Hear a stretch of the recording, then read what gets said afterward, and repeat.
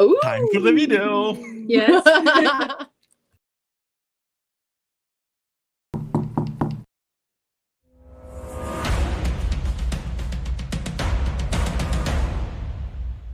Are you ready? Yes. Did you get your passport though?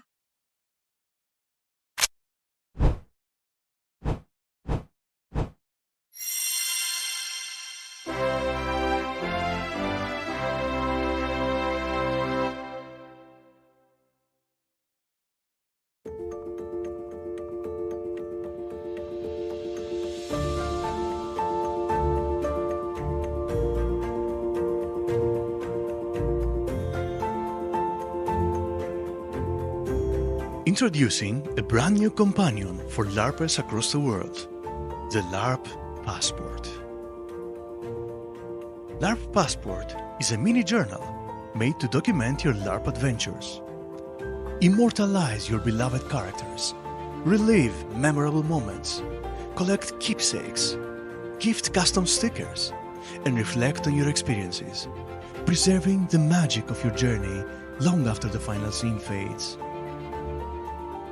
Crafted by enthusiastic LARPers, this pocket-sized journal was made to be a faithful companion for capturing your greatest LARP adventures and remembering all the friends you made along the way. Inside each passport, you can find 15 full-spread journal entries to record the details of your event, your character, game summary, emotional ups and downs, key takeaways, and highlights you want to remember. Track up to 20 LARPs at a glance with LARP Log, and have fun with custom templates like LARP Bucket List, Hall of Fame, LARP Bingo, and more. LARP Passport has been designed as a post-LARP ritual for personal reflection. Use the prompts provided to jot down your thoughts, feelings, and insights. Whether you're new to LARP or a veteran, this journal is made for you. The LARP Passport's compact size, just like a real passport, makes it easy to carry with you. Slip it into your pocket and you're ready to share it with your friends wherever your adventures take you. Every page tells a tale, and every memory becomes a treasure. Celebrate the stories, characters, and bonds that make LARPing truly magical. Join us on the journey and start your LARP Passport today.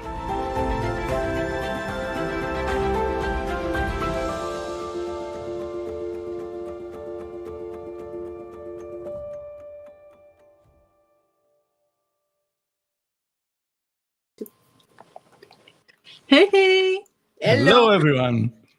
Hello. And welcome to another edition of LARP Stories, the official live stream of the LARP Passport, a mini journal designed by LARPers for LARPers to document your amazing adventures in the LARPing universe, multiverse, world, I don't know what, yeah. So today we have two amazing guests. We have Alessandro from Chaos League, and we have Slovik from Last Adventure. Hello. Hello. You may remember Slovik from the first live stream that we did, which, yeah, that went pretty well. So we thought, hey, let's invite him once again, but this time with a special role. Because, yeah, today we're gonna, in every live stream, we're basically playtesting a new mechanic for doing a live stream. So today we're gonna be talking to Alessandro and hearing more about Chaos League and what they do and how everybody can join their adventures and their immersive experiences that are among the most well-produced LARP experiences that I've seen ever. Yes. So welcome, Alessandro. Very welcome, Alessandro. And let me maybe introduce Alessandro for our public who might not know him, but he's very, very, very revered LARP designer and organizer. Also, award-winning LARP designer as well, co-founder of Chaos League, an international Italian LARP company. And producing amazing LARPs that are actually one of the most talked about European LARPs. Like I think in European and in general, like world LARPs, Like, for example, You Sahara, make quite an impact. yes, Sahara Expedition, a LARP literally based on in the desert, Bunker 101, and Black Friday as well. And he's also one of the minds behind Southern Bay Manifesto, a manifesto about LARP and its political and radical, like good in a way. In a good way. In a how good to way. use and perceive LARP in a more political and radical way, right? Have we understood it correctly? Yes, I'm Yes. perfect. Totally fine with the introduction, especially the last sentence. Thank you very much for having me and for everyone who is watching. Yes, I am everything you said. I just feel embarrassed when people talk about Chaos League LARP having more and more reach out, which is true, but still amazing because I really, really perceive, LARP scene, like, I know it sounds a bit rhetorical, a bit trivial, but I really believe that, so I'm gonna tell you. Yeah, a family, a very tight community.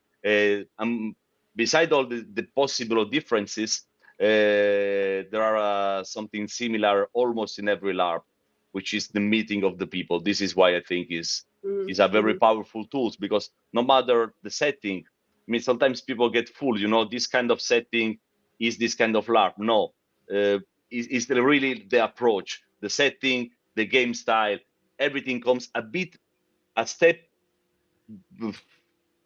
beside. The community is crucial. Then the community can do whatever they want once the rules are established.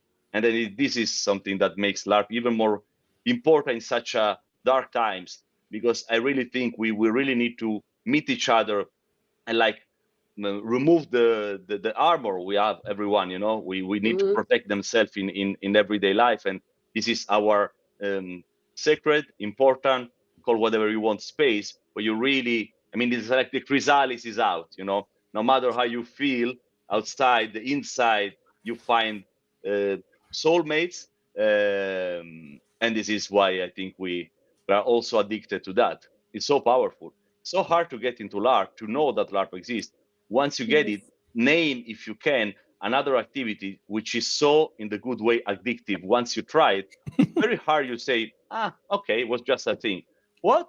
You go crazy. And then newcomers after a LARP, they always go like, whoa, I want more. And this is something that is very rare. It's very typical to LARP, because maybe there is higher bar compared to other things, going to cinema, going to a concert. But once you raise the bar, and this is what we all have to work around, lower the bar. Once you get into, then it's too late. Now you're one of us. Yoink. It's not a cult. I noticed on the Chaos League website you don't directly mention LARP, or at least you don't start with that. You mention immersive experience.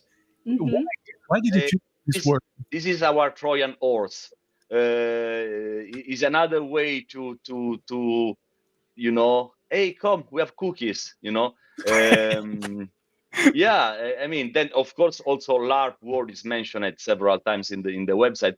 But the first thing you stumble on our website by random Googling or surfing on the net, and then we want people to get curious and say, because experience is something what does it mean.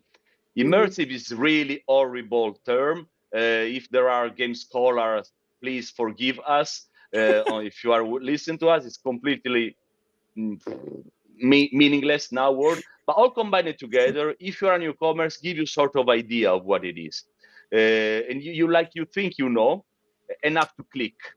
Is the rabbit hole.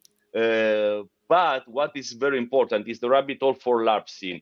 What we really think is important with Chaos League is something we put that very clear also when we have our internal meeting, is we don't need new players for Chaos League. We need new LARPers in general. If they pass through us, okay, we like that. But I started in the 90s, and when someone will talk about the good old days, they are fucking lying. There were no good old days. They were horrible. They were terrible. The good days of LARP are today, are the recent days, where we have the decency of talk like human beings, and we don't think that our style is better than yours, and everyone should play just my LARP, and your LARP are crappy. And then there were all the rumors going around. I remember it was horrible. And then we started, we say, look, what about overthrowing the narrative? You know what? Every LARP is good. Go to whatever LARP you want. Then come to play also my LARP and other people LARP. And then you are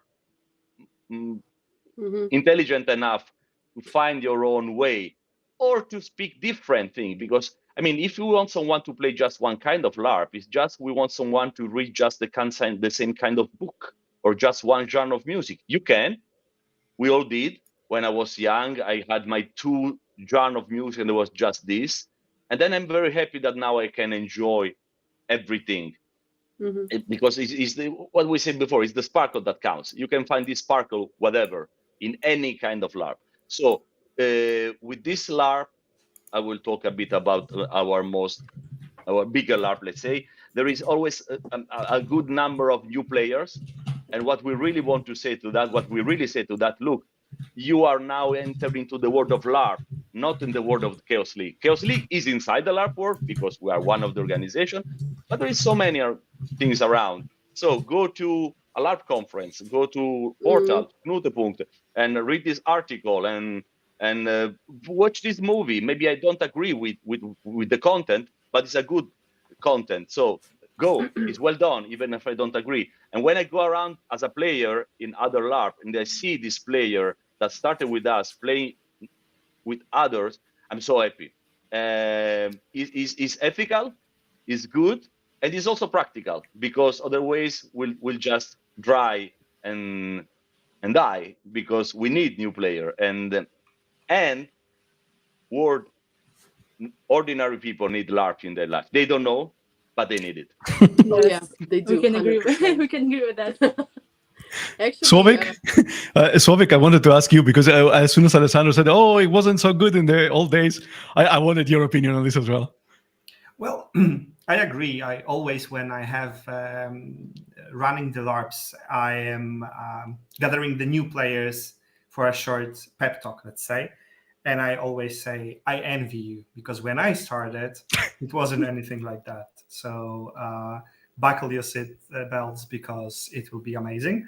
I think that it's easier with the approach to the hobby, that we are not so secretive about it. We are not closing the door. We are not gatekeeping.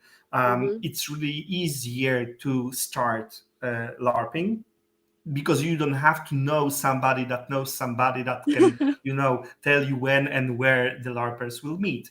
Right It's not now, a cult. Yeah. To be honest, I was introduced to it just like that on my university. So people were, we are gathering in this sect, and I was like, what? And I didn't want to go for several years, because I didn't want to be close to any kind of, secret society that is a cult or something. So yeah, I totally agree. And I also agree that it's good to have those spaces that we create together, that we feel appreciated, that we feel secure, that we feel loved, and that we meet people that are becoming our friends for a lifetime. This is what LARPs are for me too. Absolutely. Yeah. In some LARP culture, non-LARPers are called civilians, which is sinister, but also very clear. And also, or normal people, or mingle. This is clearly, LARP is a subculture. So I totally understand why, for a certain moment, we need to be purist, close group, because we needed to forge our own identity. We didn't know what LARP was. So we probably historically was relatively good to have a moment where we say, okay, let's meet among us, because we need to do that quick without external interference. So let's create our own jargon, shared vocabulary, ideas, design technique. But this was this is good only if this is a moment where you forge your tools to go outside in the world. And I think LARP scene succeeded in that. Now we are more ready to be understood and to understand the world outside. I'm speaking about non-LARPer, but also inside the LARP scene. I remember when the international European LARP scene started, whatever does it mean. Let's say starting from 2016, more or less, there were more and more common for people to travel abroad to play a LARP with people from other country, play in English, play abroad. I mean, it became 15, 16, it became a thing. You know, there were some examples before, but were more like episodical. And I remember those first days, very exciting, of course. It's like Narnia, you know, closet. You discover that in your LARP activity there is an entire world just if you open a gate, you know. So, but also I remember that there were also frustration around, because it's not easy to put people from different backgrounds together and play together. Still today is not easy. Back in the days was like unknown thing, was an uncharted territory. So it was easier to hear people coming back from a LARP experience and being like frustrated or having had a bad experience or didn't know where to go or feeling lost. Was not so rare, both organizer side and player side. Now it's more and more rare. When you go to a LARP, now I'm speaking about international LARP because we all come from different countries in this live stream. You are very, very much more informed about the experience you are going to experience. Is more, you as an organizer are more able to put into words what is in your mind. You are able to speak a language which is not your internal lingo, and you know the words. And also, players are more good at decipher that and see what it is, and also better at navigating the LARP if something is wrong during the LARP.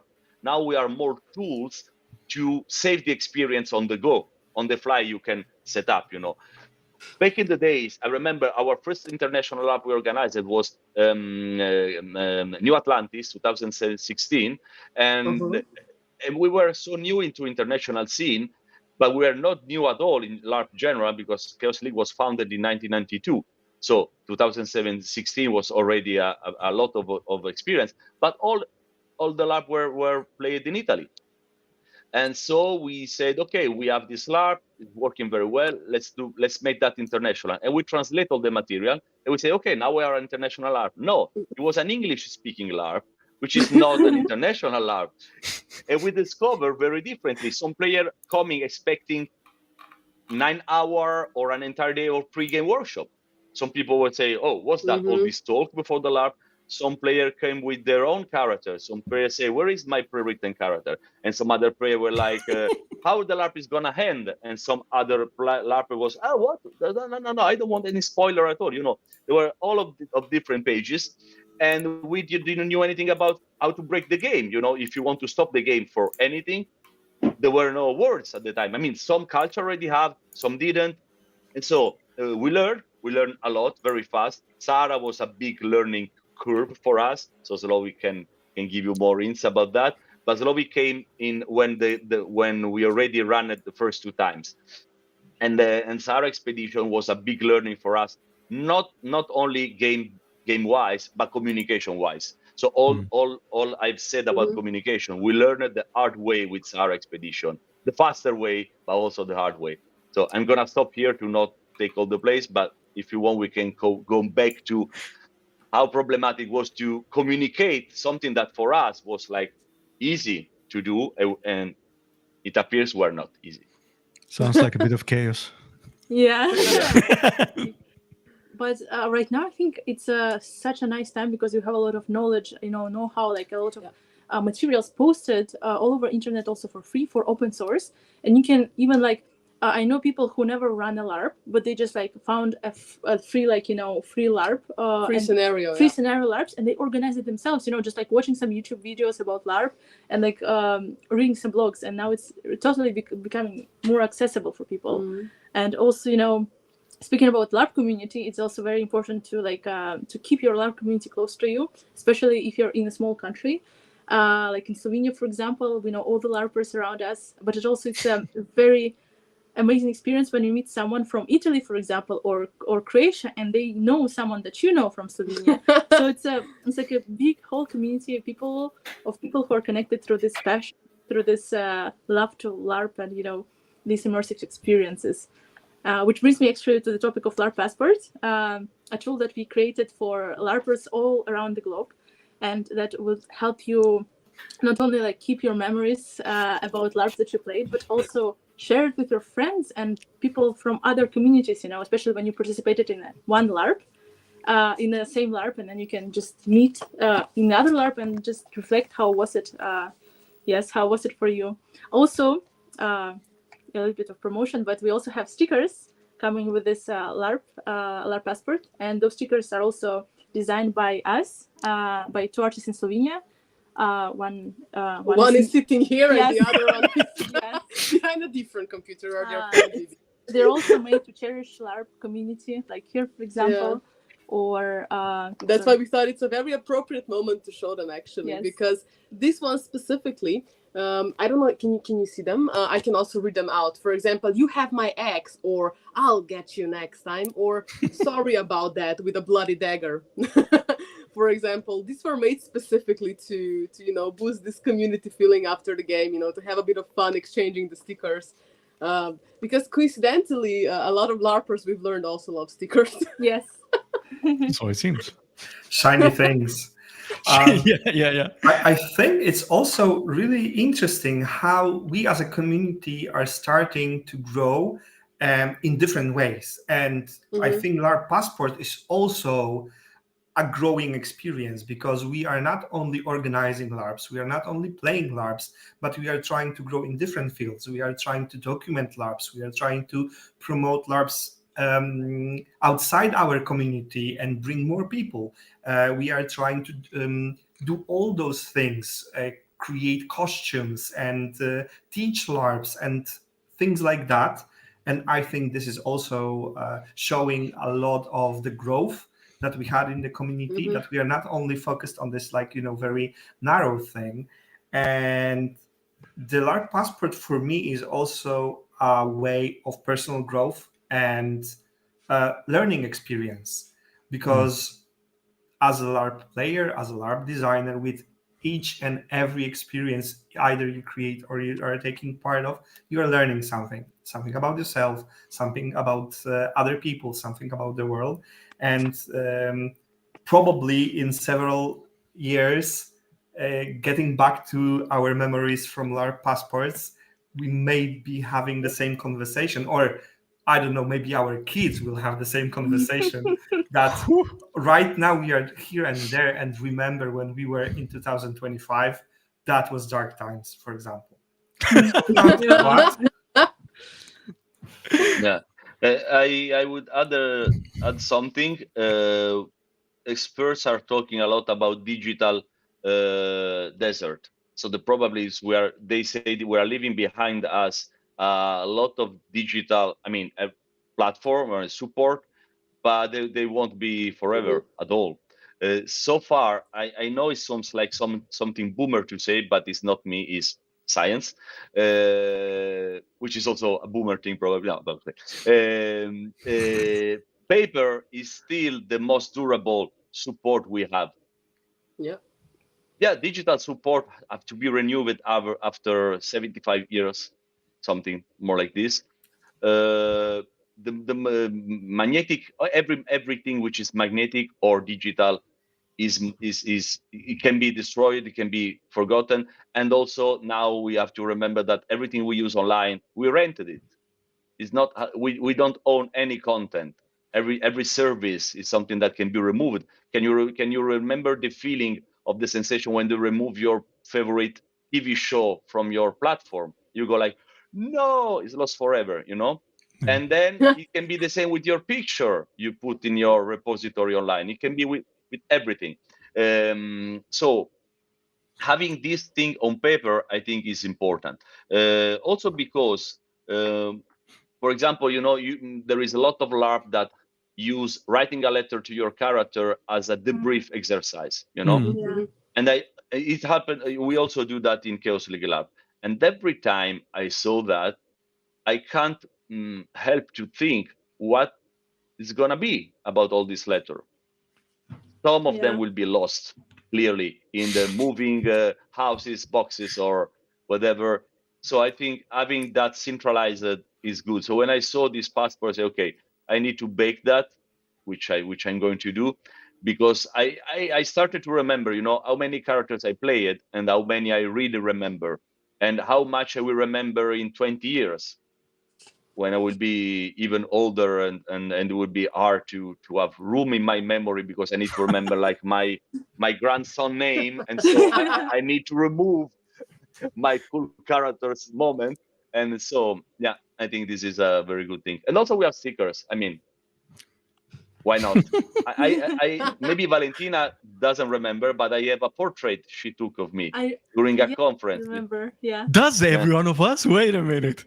But I saw her just twice, and so one of that I got this. Yeah, I think was a boring moment because I was speaking, so I think my speech was quite boring. But if I made a side note, was one of the most hilarious moments of my life as a speaking in public, because someone asked me a question, and we just played our chamber lab from Chaos League, which is called First the Game. So we just played this game, and then someone asked me what are, according to me, the themes that are neglected in LARP scene. So I say, I would like to see more LARP on aspects that are crucial in our society, but are very underrepresented in LARP. And those two things are, in my opinion, sport and friendship. So I know maybe role player are not always the big sports person, but sport is a big. I'm not speaking only about football. It can be tennis, it can be fencing, it can be. I mean, can you imagine how many people do sports in their life? How dedicated they are. They watch the match. They train their own body. They sweat to death. I mean, it's important when you remember when you win something or you lose something, but you did everything you can. You are still so rewarded. It's so important for your life. There is no such a thing like this in LARP. Zero. At least in some LARP scene. There are some more physical combat LARP. Then of course you use your body. It's not exactly LARP about sports as a theme. And the other thing, I know it's strange. It's a strange topic, but I really believe that. That one is friendship. Can you imagine how important is friendship in our life? It's everything. No. I mean, not at all. I mean, if you say, I lose my partner, people say, oh, come on, you will find tons of people ready to love you. Because when you see I had zero friends, people are like, oh, now you're screwed. It's so hard to have a group of friends. And what is it? I mean, it's so important in life. In LARP, maybe your character have some friend, but it's not a LARP about friendship as a topic. We have LARP about a totalitarian regime, necrophagia, everything, and we don't play about friendship. Oh, friendship, oh, sport. You play like a Nazi character, or like, this is totally fine. Or you play a serial killer, a lot of fun. And you are a goalkeeper. Oh, no, I will never do that. And so this was my answer. But then, and everyone was really interested. I was very happy that this crowd was listening to me very attentively, very careful, too much carefully. So I say, what's going on? And then at the end of my long speech about sport and friendship, I say, does this answer your question? And the person was like, no, it was a very interesting question, but was completely out of topic. I misheard the question. That was, what do you think is missing in this particular lab, which was about Berlin 1945. So not related. So during this endless speech, Valentina was like drawing my face, like, okay, just shut up, guy. So was like 10 minutes completely wasted time. I actually enjoyed pretty much. The thing is that I do a lot of portraits of people when they're talking, because they're so alive and they're so at the moment. I think which is also very very present in the LARP scene, when you're like so in the moment and there is some experience that you can never like replay. And that brings us to if you agree to our next topic, it's Sahara Expedition, and actually like the actual LARP in the desert, where you can also like a little like LARP.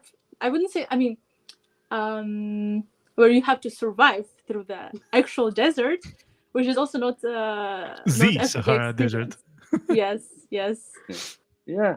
This is also please, Slovic, go. Slovic has participated in this LARP, and we have some experiences to share and to write in the LARP Passport as well. Yeah, that's the thing. The new thing that we want to try is that we have the creator of a LARP, to have a participant of a LARP who's also a designer, so that can give a lot of extra input. And what we want to do is a live filling of a passport by Sobek while talking to Alessandro about the Sahara Expedition. Yes. Dum dum dum. Maybe Wait, I have Yeah. Wait, is here it is. So instead of asking Sławik if you're ready, I'm gonna ask Alessandro, are you ready? maybe there's going to be also like some links to the website or to the photos from Sahara. Oh yeah, In the that's a chat. good idea. Yeah. So I'll take care of that while you're talking about the Sahara Expedition. So how will it be like going? Yes. I'm ready okay. with my passport. I'm ready with Well, my your passport pencil. already has fields to fill in, prompts that can guide the conversation. That's what we want to play test. Yes. We start with the LARP title, of course, and then its location. Actually, first of all, please open up to the LARP spread. It's the part of the passport. There's 15 copies of the same thing, and it basically enables you to go into the depth of a specific LARP. So once you have that opened, then let's start at the very top on the left side, as Valentina already mentioned, with the LARP title. Let's see if you remember it. I would like to say one thing that about that there is a date. Yes, there is a date. So you can also There start is. with that if you want to. I think it was 2022. So it was the second international run, right? It was postponed because of the COVID pandemics. And so I had to wait for my Sahara expedition for over 2 years. It was wow. expedited. A true expedition. Yeah. Postponed by a few years. Yeah, so I remember this moment when I've learned about this crazy idea to take people to the actual desert. And then I remember the moment when the website shut down because too many people were trying to buy tickets. And I remember that you could buy tickets, like if you got one, you could also have one for your friend to make sure that you will be getting there. Oh, that's a very nice approach. Mm-hmm. And I remember all of my friends went to the first international run, so they did it just before the COVID in 2020, and then I had to wait 2 more years to visit. But I believe we were winners because we did it, I think it was October or November, not in May, because the original plan was to be at Sahara Expedition at May. And I believe we would be cooked there in the sun. Yeah, I will comment just a couple of things. The bring out the tickets for 2 people is another way to have get more new LARPers in the scene. Because if you are a LARPer, you know where to go, you know where the dates are, you know that is when it's the moment to put your name, and then you know you have to quick go to your mailing list, blah blah blah, your email, hand up your tickets, and then blah. If you are outside of that, you are just random person. Say, oh, Sahara Desert, I like it. LARP, I don't know what it is. Let's give it a try. Then you pop into the scene, and there is like 85 super experienced people like, I am here. And there is no way you will get in. It's very hard because for us, there are very well-oiled mechanisms. We all know how to get involved into a LARP, how to get to play the LARP. But if you don't, it is another step we try to lower.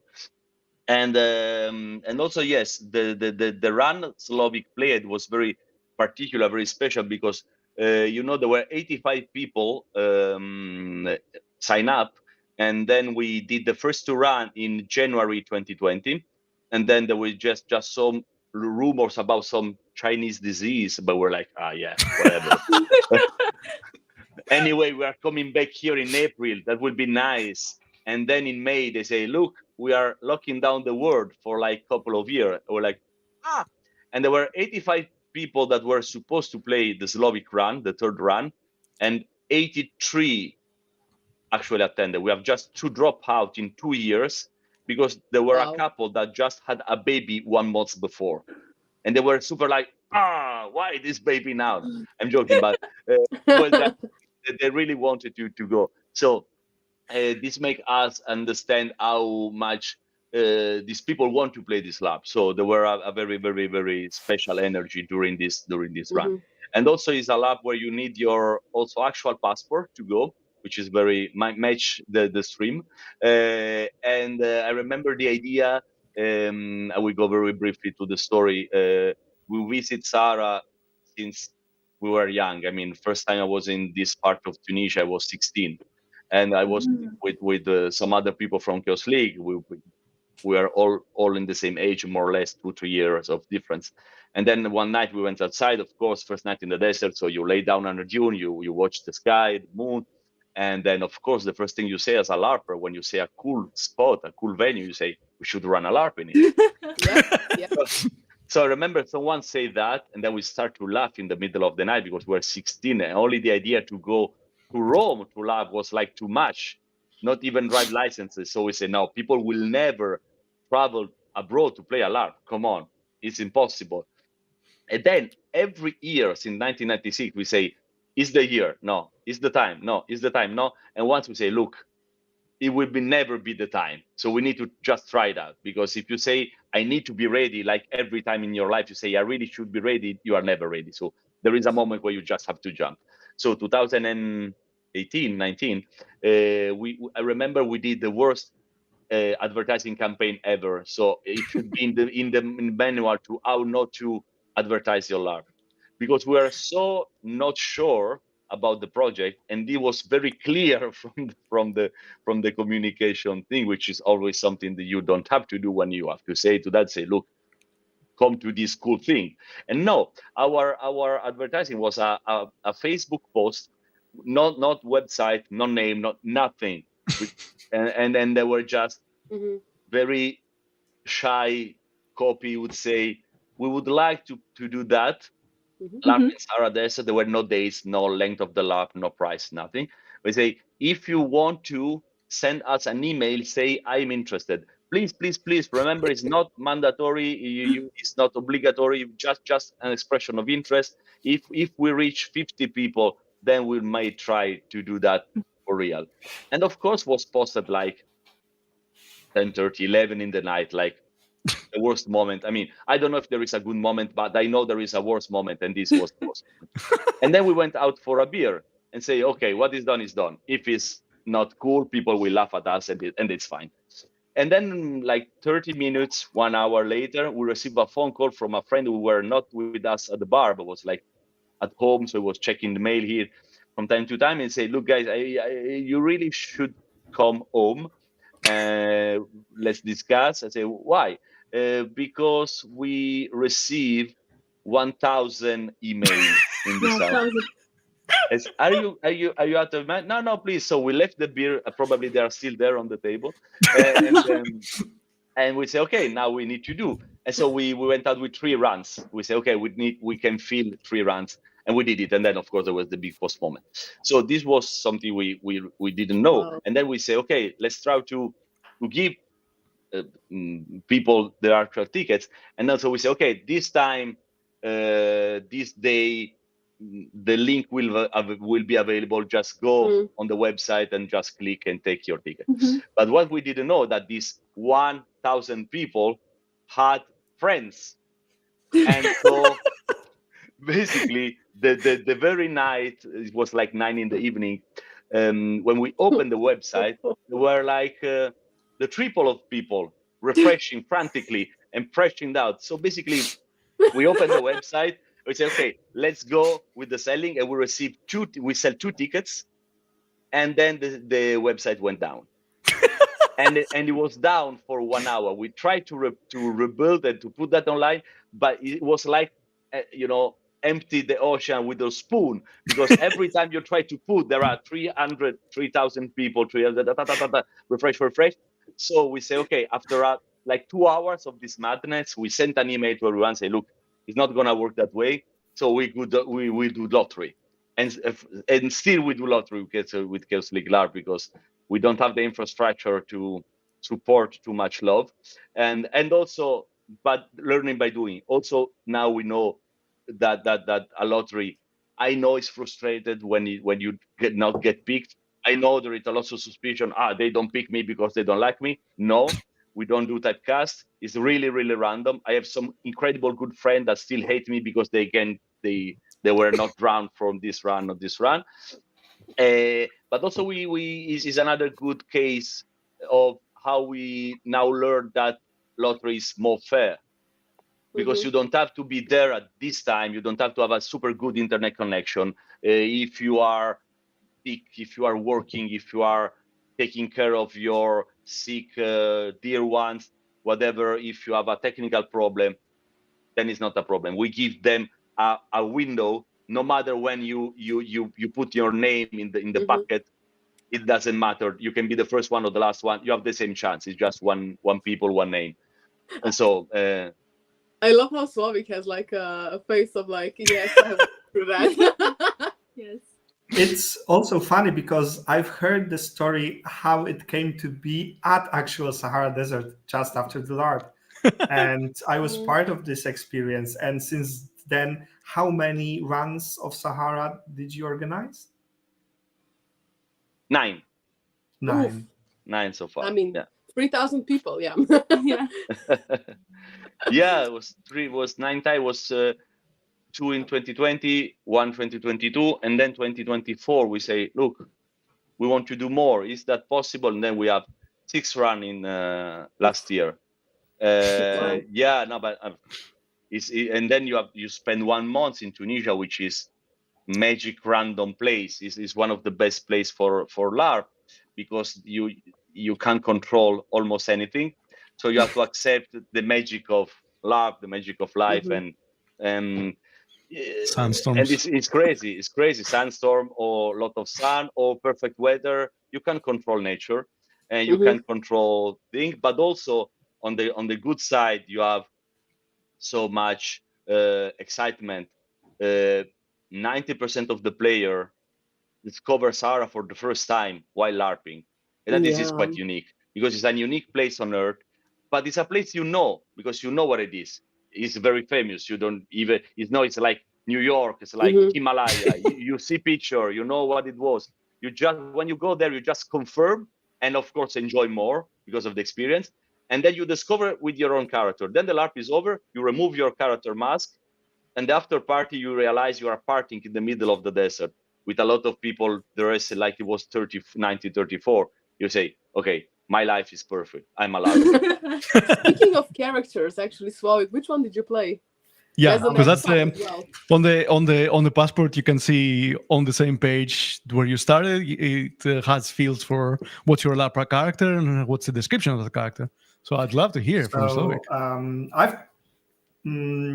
When I was applying, I applied for a different character, and I got my first pick. And then after 2 years, there was recasting, and I got another character that was also in my top 7, because we were checking 7. And actually, it fit me perfectly, as I discovered after the game. So I played Rilke. It's the character of the actor, because the Sahara Expedition has also a documentary team. So there is a group that is shooting the footage from the expedition to make a documentary. So there is a camera operator, there is a photographer, there is a script director, there is a director of the movie, and there is an actor. And I had the chance to play this character. And since the characters are there online, everything is open for the public. So I don't want to be spoiling anything, because this is this kind of design. That was a character that was terminally ill, and that was his dream to be there. Wow. And he was pushing the boundary of his own life. First time out of the golden cage, trying to prove he will be able to do it and survive. Wow. Wow, that's I would like to add something. Mm-hmm. They produce a real documentary. We have a 45 minutes long documentary made by all the in-game things they do. It was amazing to see. Now there is this movie actually exists.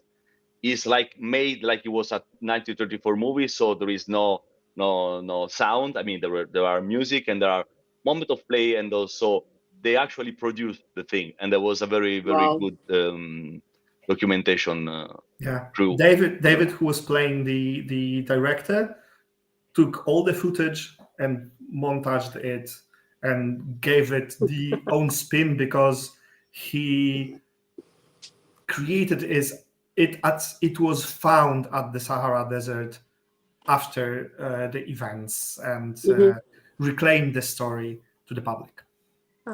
Is it also available on like to watch? For now, it was shared only with the player of the run. I don't know whatever David want to do something different. In case we will let people know. But it was very good. We had a online collective watch party. It was very nice. That's very cool. It's like Passport. It's a way to document this amazing emotion that always.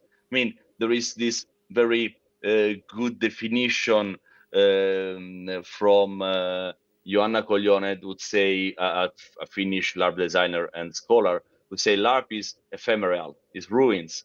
Everything that left after the LARP. So like if you visit the ruins of an old castle, you can have a sort of idea how it was, the structure, but you see only a small part because the time make the rest vanish. And it's a bit the same with memories, with memorable LARP. So I think everything we can do, movie, picture, of course, writing, and so the Passport come into writing, is something that help player to remember. So on a personal level, is important. It's important for game designer, because knowing what happened to player is backwards is so important for you. You can go back into design and retro-engineer things or do better things in the future. Also, it's very important for scholars. We tend to forget, but see, if LARP is now a thing we can talk about, we can take that serious, we have our own words, we have publication and stuff, it's also because we have people that now can professionally or para-professionally, it doesn't matter. But there is a lot of people that now produce or study what was producing during the LARP. And this makes the LARP longer. If a LARP is documented, it will last forever. If it's not documented, it's just 3 amazing days we will never forget, but no one else can understand what was. I mean, it's like a mandala, you know, it's a great thing, and then it's vanished forever. It's part of the beauty, but I think it can also be very good to leave traces for the future. The future us or future commerce. So once again, good job. Thank you. I'm very happy that you see as much value in it, because this was our intention when we were making it, especially, you know, to have these memories that can be written down, because I think most of us have been in a moment where a single drawing that you got or made, or a single letter that you got, for example. I still have this one from a Dutch LARP. It's like something you can, you know, actually look at, and, you know, it reminds you how cool or how emotional it was in that way. So when we are at intensity and emotions, if you look below the character description, Slavik, there are also 4 slider lines, and you can mark the intensity, the enjoyment level, immersion, and comfort level. So how did you feel them out about Sahara Desert? You can also show them. Let me just add, to us, please. Let me just add one more thing to the previous topic. I also love how all of these things that we were talking about, LARP Passport and the documentary and those things, are grassroots movements. So it's not coming from the organizers, it's coming from the people, from the LARPers, from the community, right? So it's not that somebody is making people do this. No, people just do it because they want to do it and they want to share with the world. So I would say everything would go high except of the comfort level. Because And I think everybody who was at the Sahara Desert for that LARP knew that they would struggle. And that was also a part of the experience, that there is no much comfort. Of course, the first night that we spent at the hotel still was very comfortable, but later on, when we were sleeping on the desert, doing everything on the desert behind the dune with a shovel and a roll of paper. And I still, when I put some clothes that I had there, I still find some sand from the desert. So it's still with me. This is something special, and it's still in my suitcase. It's still in the pockets of my trousers, and so on and so on. And if you haven't seen or experienced the Sahara Desert sand, it's in a way very specific. The color and the structure, it's different than anything I've seen before. Yeah, I think it's a tactile memory of the experience. Then again, like the passport, everything which you can touch, it's very quickly connected to your memory. Of course, I also still have sands in my suitcase, in my LARP clothes. But, as we always said in the briefing, the sand will take 5 weeks to get out of your body, 5 years to get out of your suitcase, and one entire life to get out of your soul. Because and what I was very happy to see people so excited and be so supportive. They did stuff that usually we are not always able to still do at the LARP. Sleeping in 6 people in a very small tent. 6 people you don't know. It's not easy. It's something you really, in the LARP desert, people do it, and there is no problem because they know, they understand. Then of course there are your small techniques, put your hair plugs, whatever. Okay, if you really need a space, we have some space more private if you really cannot share a space with that much people. So we do everything we can, but of course there is still difficulties. But you can't imagine how they overcome all the obstacles together. There is so much support, and you see this big humanity in and it's always so impressive to me. And I think the part that comes to my mind first would be the traveling through desert, because we are not staying at the same place. In the middle of the LARP, there is a 2 or maybe 3 hour walk through the dunes to another camp, and this is something that stays with you. Depending on what character you're playing, seeing the pictures, and I also think that the photos from this moment are really stunning. You feel like you were transported there to the 1930s, because everything is back then. And I think this comfort level, it's not the highest, but it's also adding to the experience. And there are several LARPs like that. The Czech LARP Legion is also one of the experiences that the comfort level not being high is adding to the experience, as it's a part of the experience itself. Yeah. So what, if you would summarize your experience in 3 words, what would they be? We also have this section here. Only 3. Now you can also do more. I would say introspective. That would be the first word.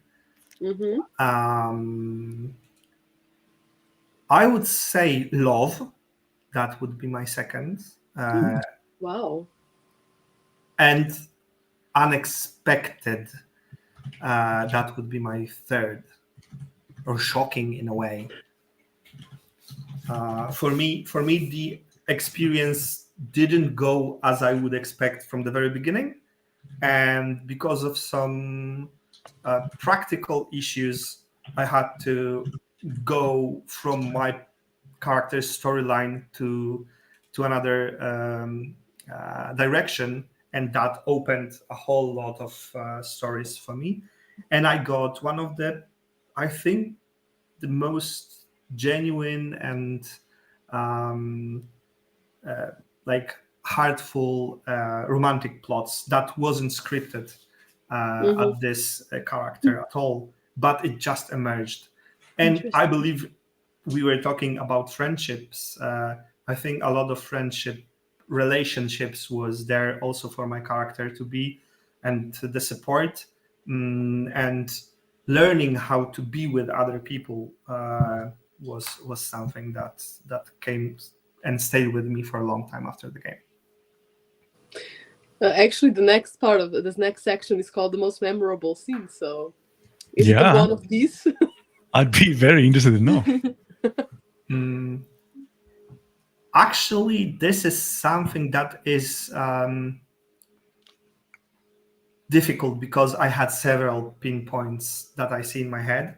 One of them being, the romantic part towards the end, when everybody is in woe of unknown things happening, rituals, dark masters of the universe, and I was just there full of love, running through the dunes, and our director still putting everything on screen. But the thing that will stay the most with me was at the end of the day one, there was this amazing horror scene. I applaud Chaos League for creating this scene for the first night. I still cannot figure out every detail how it was conceived, but that was the top-notch horror scene I had ever played. And afterwards, staying very late in the night when everybody went to sleep, I was sitting by the fire by myself. No one else was up.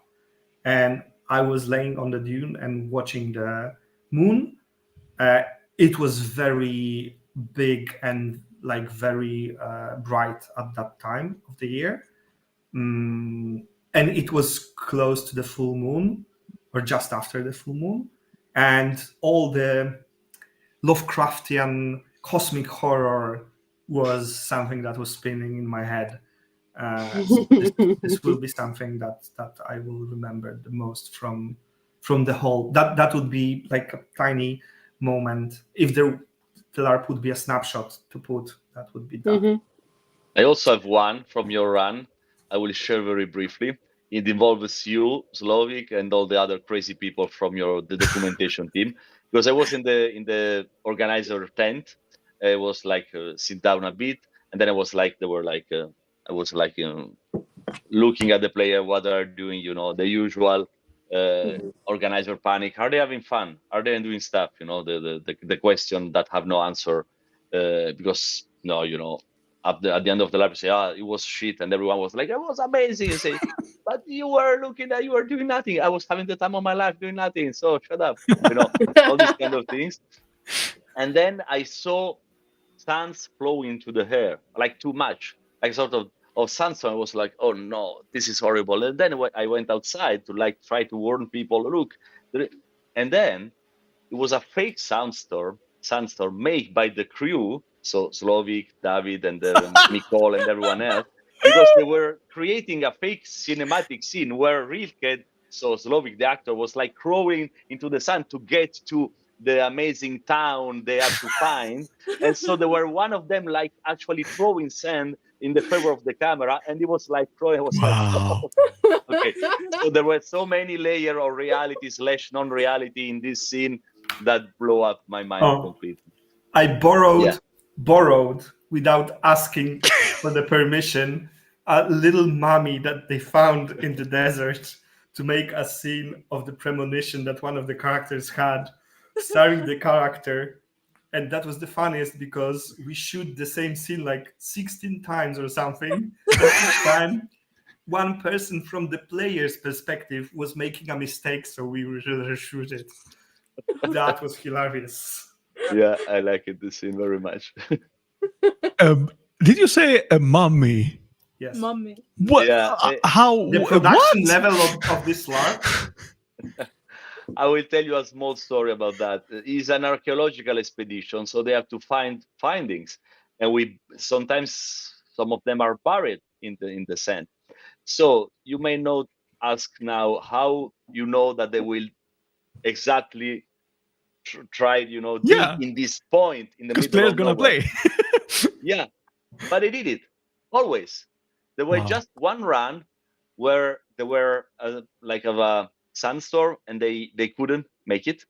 But it's not a problem. I mean, the LARP goes on anyway. But at the end of the LARP, we went back because we have all the GPS point to know what is where. So player doesn't because it's funny to find it, but we have. So at the end of the LARP, we went back in the precise point, we dig it, and there were no way to find it because sand moves well. So maybe one day in one century, someone will find this very ancient archaeological thing very well done, which is completely fake. And then if this happened, then there is two scenarios. Both of them are very crazy. First one, you will find this in some museum, like we found that. Or if they manage to see that it's fake, they will start to freak out. Who is going to build that totally credible and then bury for I don't know how many years? They will just resign, basically. There's also a third one. I would definitely, if I realize it's fake, I would try to see inside if it's a time capsule. Ooh. Yeah. or hypothesis number 4, the mummy get up, she's alive somewhere. The most likely You never scenario, know. probably, yeah. You will have the material for the sequel. That would be a Sahara perfect. That would be a Expedition, The perfect. Mummy Returns. That would be run number 10, which with a real mummy, and that will be the best run. NPCs. So, since we're already here, how would you describe the LARP as in a summary? LARP summary. Sorry. We've already heard bits and pieces, but let's Yeah. collect it together now. Because there is this field on the passport as well, obviously. I would say it was slow descent into madness.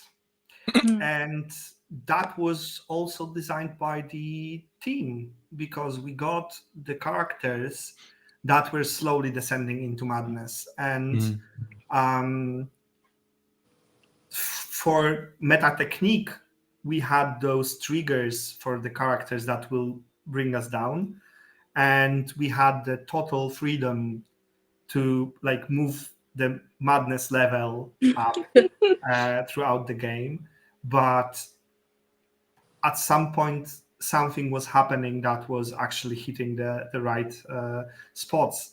And I remember how I was enjoying the narrative because this game has audio narrative of different chapters of the story because our characters are there for 40 days on the desert.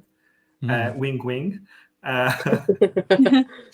Not 3. And how everything went down to the moment that I got so lost in the story that actually I wasn't able to check off the last Descent into Madness thing. The LARP ended and I was like, oh, well, that would be the epilogue for the character. How long was the LARP, you said?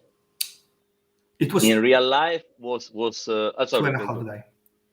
Yeah. Now it's 1 day longer.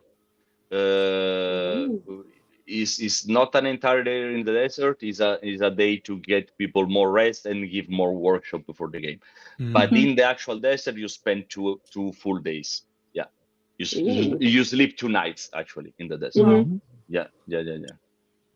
Nice. Yeah, more would be a bit difficult, but yeah. And also we change it because what is very cool when you have 9 runs, you can change stuff. Yes. Honestly, I was afraid that was unfair for players, but I think it's not because they're very different run. So who can say that this moving part was better in the past? For me, it's better, but for people who experience, it can be very. every LARP run is its own, right? Anyways, even if you do the exact same thing, players are gonna be doing their own things and go different ways. So as long as it's, I mean, only I think like the major encounters from NPCs, those can be controlled. But the rest is turns out differently anyways. Yes. Well, but this game has a very strong structure, like a spine for the story that helps players to go with the story. So I believe in that term, this game has it, and you don't need NPCs actually, because the game is written as a story that is leading you through your experience. And from what I've heard, also at the further runs, the players also got some kind of notebook, diary, or something like that, also to physically write about their experience. I don't have something like that. Well, I have an idea. I have the external source of memories. So shall we summarize the writing? Yeah. I do not know what you're saying, but yes. Yes. The LARP experience writing in the LARP Passport. Yes.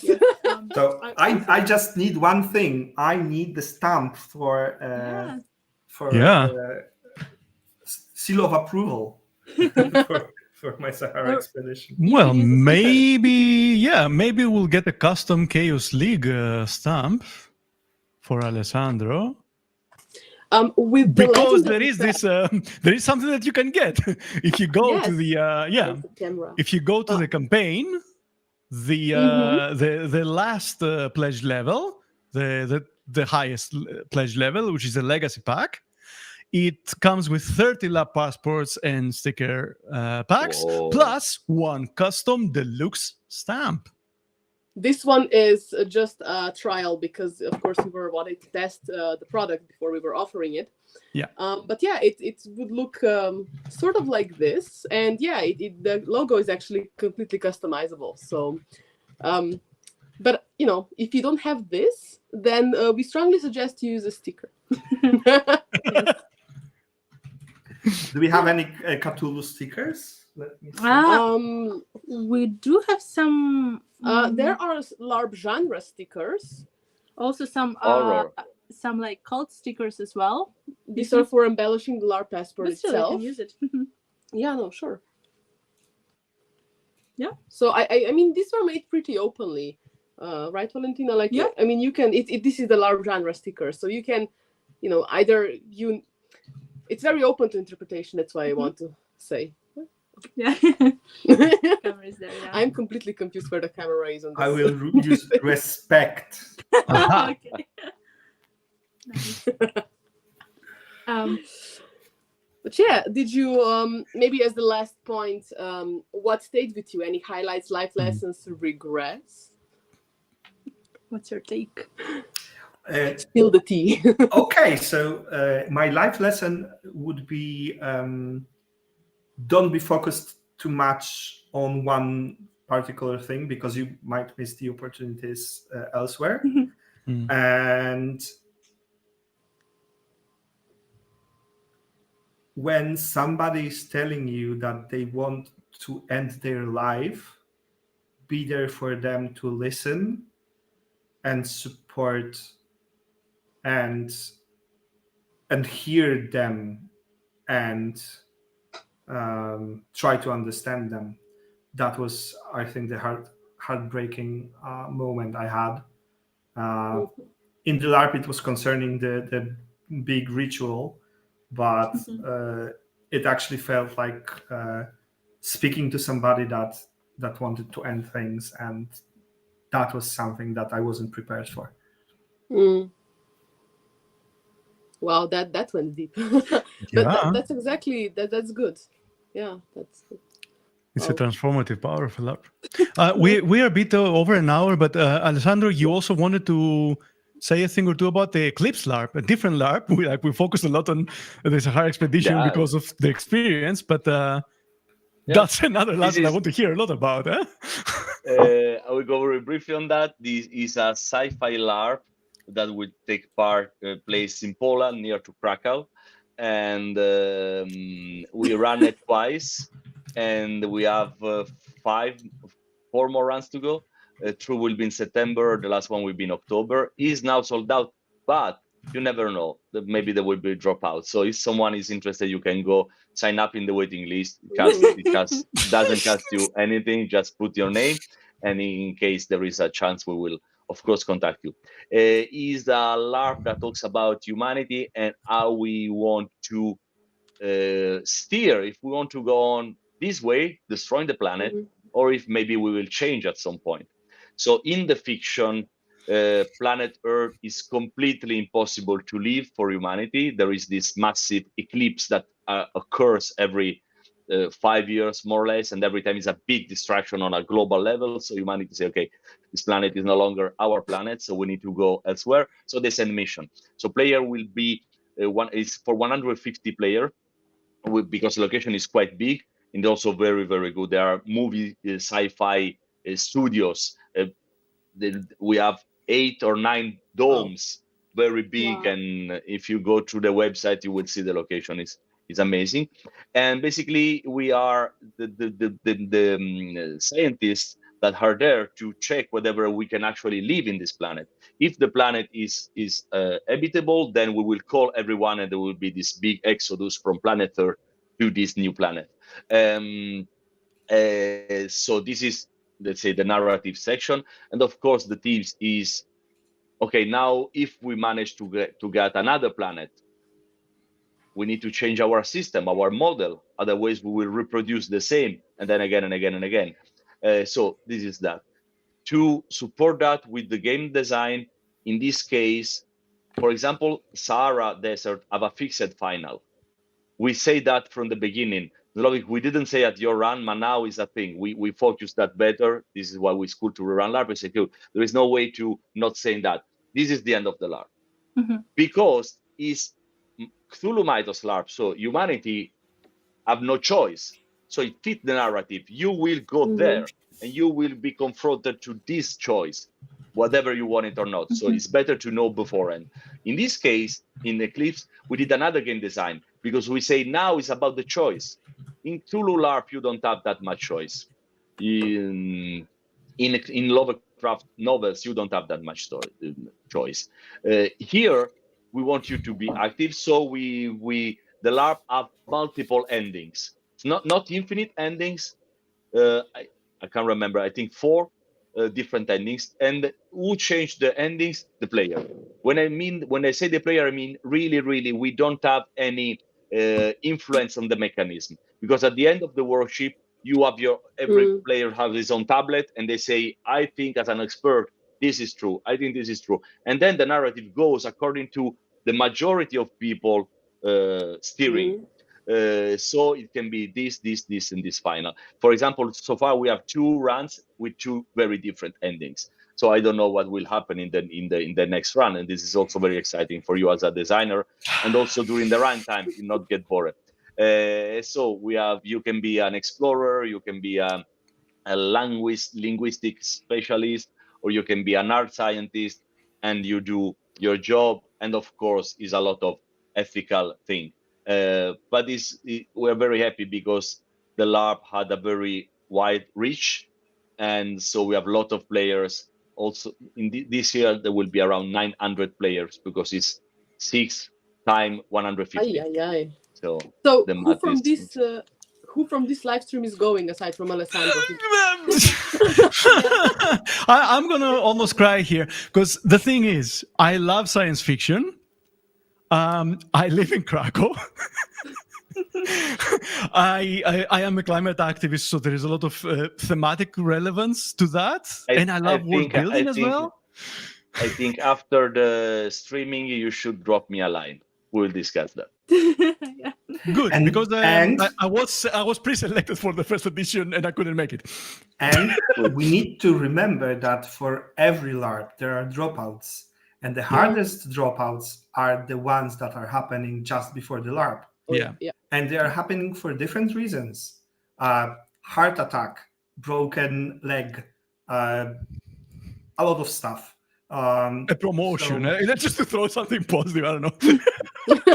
Yes. What positive things can get you back from the LARP?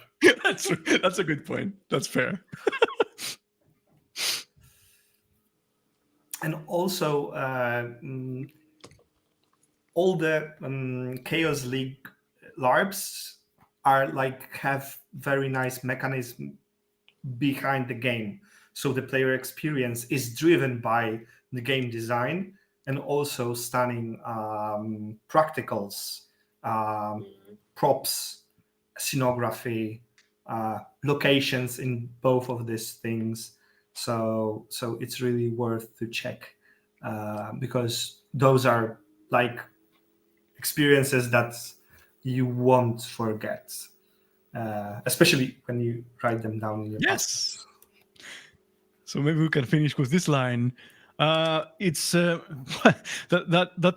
takes a longer discussion, but something that we discussed internally with the team is that players, the average LARPer may not see directly the value of a LARP passport because they're usually focusing on props and accessories and costumes and stuff that they can wear during the LARP, but they usually, it's in the very back of their mind that they should also have some nice way to keep the memories alive, to document those, to see their progress as a character and all that. Yeah. So yeah, that's something that I wanted to discuss further. Maybe we discuss it next Friday, because next Friday we have another special guest and we'll focus on how LARP can be used for learning. So maybe we can go deeper on that. But yeah, maybe some main words from experienced LARP designers like Alessandro and Sovik on how would the LARP passport be viable for the average player in ways that they don't think about.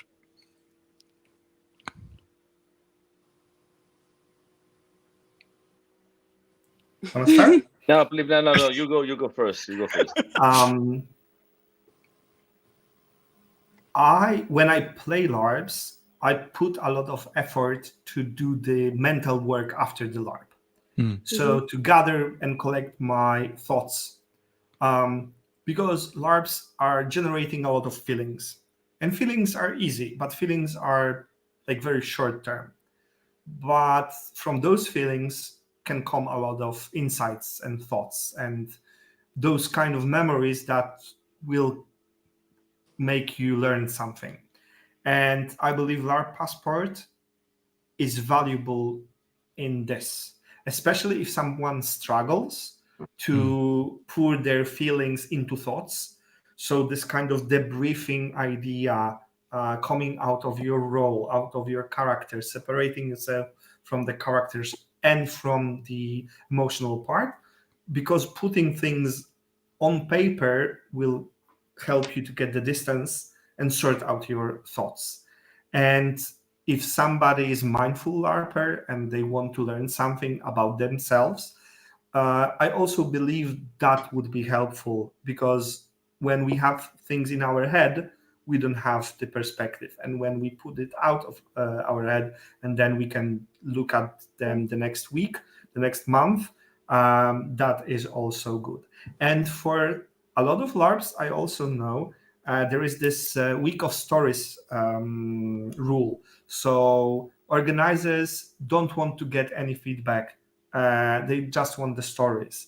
And if you are a person that, your brain is working very fast and you don't have this capacity to get back to your ideas a week later, that might be also a good way to very quickly write something. You can also use a pencil and have a very easy first emotions and first thoughts put on paper, and then you can go around them and work them with pen or your special quill or anything you use for the LARP. And also, I believe this is a good reason. And for me, my memory is quite short. I have a lot of things on my mind. So memories, that would be the main reason, right? So reminding myself of things. I have a lot of LARP memorabilia. I try to collect things that are small, put them into some kind of folders or boxes or things like that. If I have a big memorabilia, I take pictures of them before I throw them away. And going through those things is really helpful. And I'm having those, this moment, I felt so nice at this LARP. Yeah. And I believe that would be main reason for me to document things, to go back to them and have more vivid memories. I would be very quickly on that, because I think we're about to close. For me, is very much a dialectic, a relationship with myself. It means that if I store an object, then this object, or if I write something, is the young me, something from 20 years ago, but also the old me. And now I'm older, but I'm also new. I'm the present Alessandro, you know? And I like that I am both new and old in both times, present and past. I know sounds very complicated, but to make that very practical, sometimes when I saw something I wrote back then, I don't quite understand 100% of what it was. Because maybe during the story I wrote, maybe yes, but maybe no. Maybe I say like, seems like someone else wrote this down, but then I know that it's me because it's my handwriting.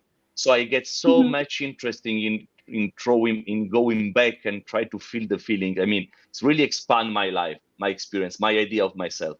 So I'm sure with my passport that I will bake very soon, in some years, I would say, what the fuck was this experience? I forgot, but I left some time capsule from my present now, me, and I will go back. It doesn't matter if I reconstruct the same thing. It's still food for thoughts right now. So this is what's always important for me in the present. It's a time traveling exercise, the LARP Passport. Ooh, we never thought. Like the mummy in the desert. Yes. Except wow. you know the context. Imagine you go to the desert and you uncover a LARP passport. Whoa, written by the mummy. No, anyway, if you want to get your diverging, completely getting off topic. If you want to get your LARP passport on Backerkit, you have until June 29th.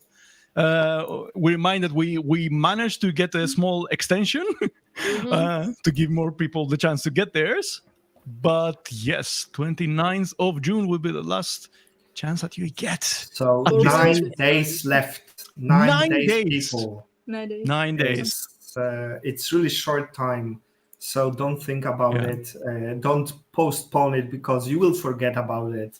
Just do it now. Yes. Do it. I'm quoting a cartoon, but do it. And join 51 other people who already did it. Yes. You will not regret it. Thank you. I would like to thanks for attending this live stream to Alessandro and Sławik. It means a lot for us, and your support is very great as well. Appreciate it. Yeah. Sławik, what is this line that you have? That's the perfect finishing one. What do you call it? Life is too short to live just one life, something like that. Because one life is not enough. Yes. Or LARP story of my lives. Those yes. Yes. So that's a Thank you perfect very much. ending. Thank you very much, Alessandro. Thank you very much, Sławik. Thank you. Thank you. It's been great. Bye-bye.